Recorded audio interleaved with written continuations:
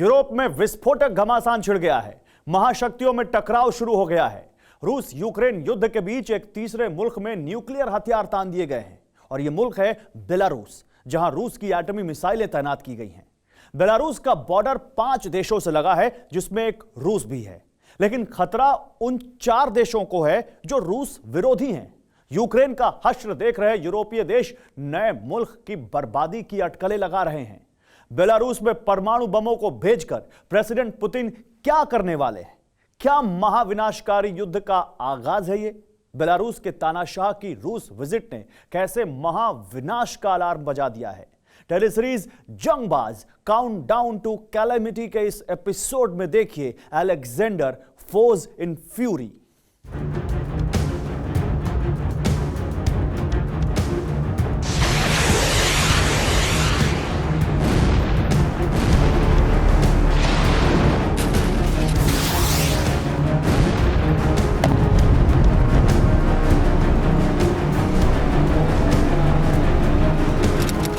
जुलाई 2022 Lysychansk, Ukraine.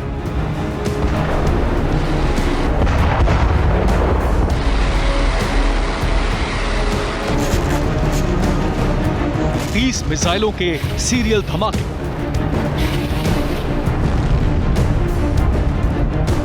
मिसाइलें छोटी थी, लेकिन धमाका धरती फाड़।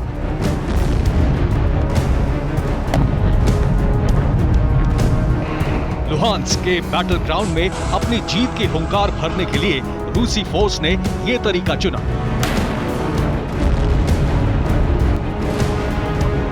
हफ्ते भर से जारी भीषण लड़ाई का क्लाइमैक्स इतना विध्वंसकारी होगा, इसका अंदाजा यूक्रेन को नहीं था।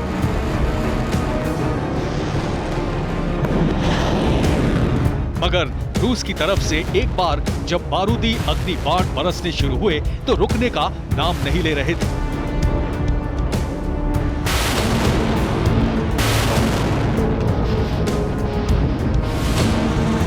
लिसिचांस्क फ्रंट को जीतने के लिए यह जोर लगाया जा रहा था।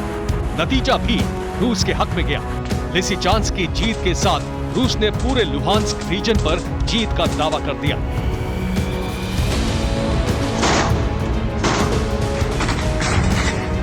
लुहांस्क की जीत निर्णायक है। ये पूर्वी यूक्रेन का वो रीजन है जहां कब्जे के बाद रूस अजेय बढ़त बनाने के करीब है।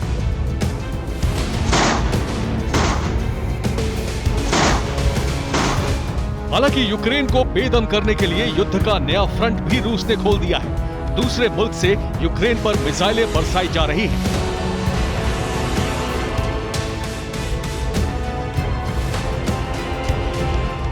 फरवरी महीने से शुरू हुई जंग में इस बात की पहली बार पुष्टि हुई है कि बेलारूस की जमीन से यूक्रेन पर अंधाधुंध रॉकेट की बौछार की गई। मगर बेलारूस के राष्ट्रपति ने इस हमले को नकारते हुए यूक्रेन पर मिसाइल अटैक का आरोप लगा दिया है।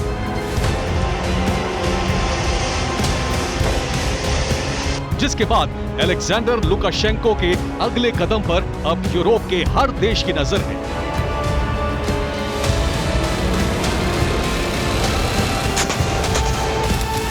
तीन जुलाई 2022 मिन्स्क, बेलारूस।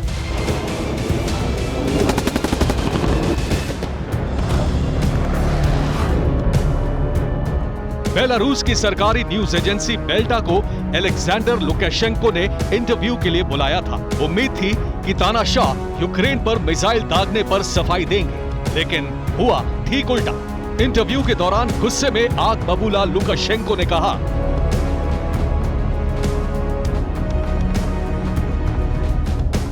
मुझे युद्ध के लिए उकसाया गया। मैं आपको बता देना चाहता हूं कि बीते दिन से यूक्रेन के सैन्य ठिकाने से बेलारूस पर हमले हो रहे हैं। भगवान का शुक्र है हमारे पैंटर एंटी एयर सिस्टम ने यूक्रेन फोर्स की मिसाइलें तबाह कर दी, लेकिन हमारे देश में एक भी नागरिक की जान जाती है तो हम युद्ध को मजबूर हो जाएंगे।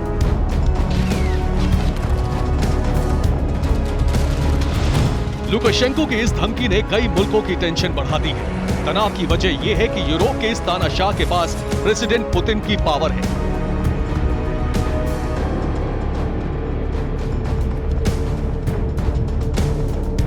उनके दिए एटमी हथियार हैं।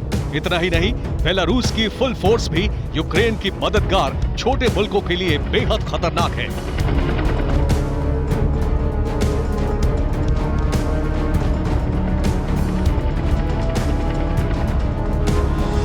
बेलारूस की थल सेना 5 लाख जवानों वाली मजबूत सेना है। थल सेना में 2596 टैंक, 12303 बख्तरबंद गाड़ियां, बेलारूस की टोटल आर्टिलरी 2040 और रॉकेट प्रोजेक्ट 490 हैं। बेलारूस की वायुसेना में 318 फाइटर जेट्स हैं। लुकाशेंको की एयर पावर में 34 अटैक हेलीकॉप्टर हैं। बेलारूस की नेवी भी बाल्टिक देशों पर भारी है, जिसमें 38 बैटलशिप और कई फ्रिगेट हैं।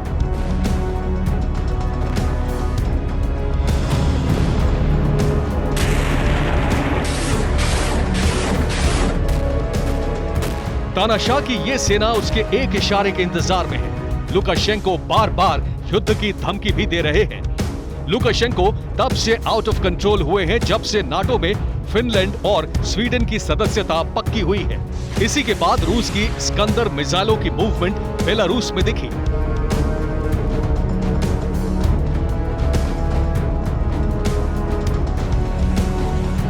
रूस की स्कंदर मिसाइलों ने यूक्रेन में हाहाकार मचाया है। इतना ही नहीं, इन मिसाइलों से न्यूक्लियर अटैक भी किया जा सकता है।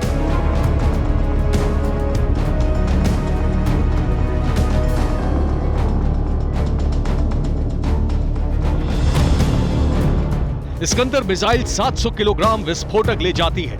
इसमें क्लस्टर, बंकर तबाह करने वाले विस्फोटक और परमाणु बम शामिल हैं। ये मिसाइल नकली मोर्टार दागती है ताकि दुश्मन के रडार और इंटरसेप्ट करने वाली मिसाइलों को छकाया जा सके।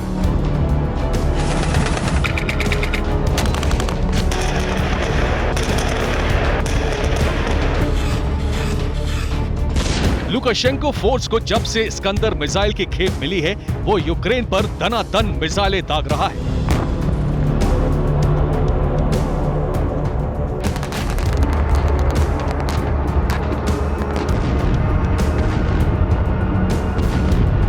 यूक्रेन के चेरनगीव में बेलारूस के रॉकेट अटैक के सबूत भी मिले हैं, जहां बेलारूस के 20 रॉकेट के खोखे बरामद हुए।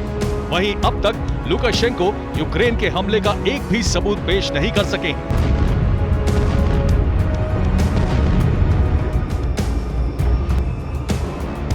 मतलब यह है कि यूक्रेन पर हमले के आरोप लगाकर लुकाशेंको नया वॉर फ्रंट खोल चुके हैं। अगर बेलारूस ने पुतिन के दिए हथियार चला दिए तो महायुद्ध को कोई रोक नहीं सकेगा, क्योंकि इसकी काट के तौर पर B-1 बॉम्बर उड़ान भर रहे हैं।